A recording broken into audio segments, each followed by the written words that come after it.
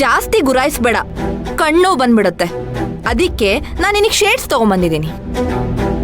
ಹಾಕೋ, ಸಖತ್ತಾಗಿ ಕಾಣಿಸ್ತೀಯಾ. ಹೇಯ್, ನಿನಗೇನು ನಾಚಿಕೆ, ಮಾನ, ಮರ್ಯಾದೆ, ಸ್ವಾಭಿಮಾನ ಏನು ಇಲ್ವಾ?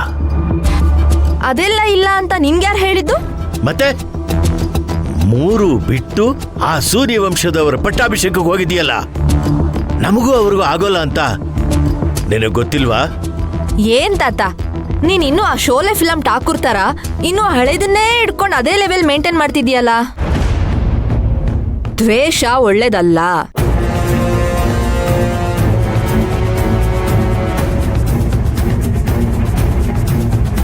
ನಿನ್ ಒಳಗಡೆ ಇನ್ನೂ ಅದೇ ಫೈರ್ ಇದೆ ಅಂದ್ರೆ ಆದಷ್ಟು ನನ್ನಿಂದ ದೂರನೇ ಇದ್ಬಿಡು.